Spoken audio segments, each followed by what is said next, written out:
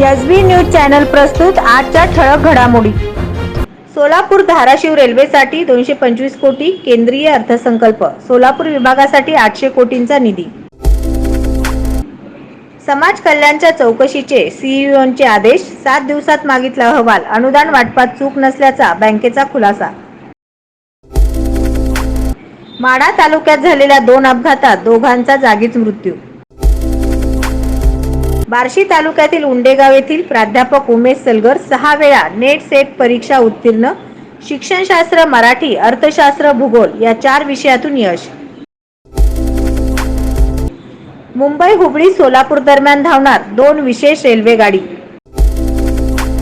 लोकसभेच्या आचारसंहितेपूर्वी प्रशिक्षणाचा पहिला टप्पा। सोलापूर जिल्ह्यात वाढीव 32 मतदान केंद्रे।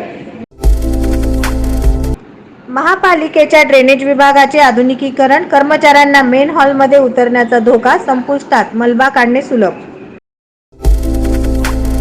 कुंभारीत मुलीवर अत्याचाराचा प्रयत्न। दगडफेकीत 8 जण जखमी। 14 जणांवर गुन्हा, 5 जण ताब्यात।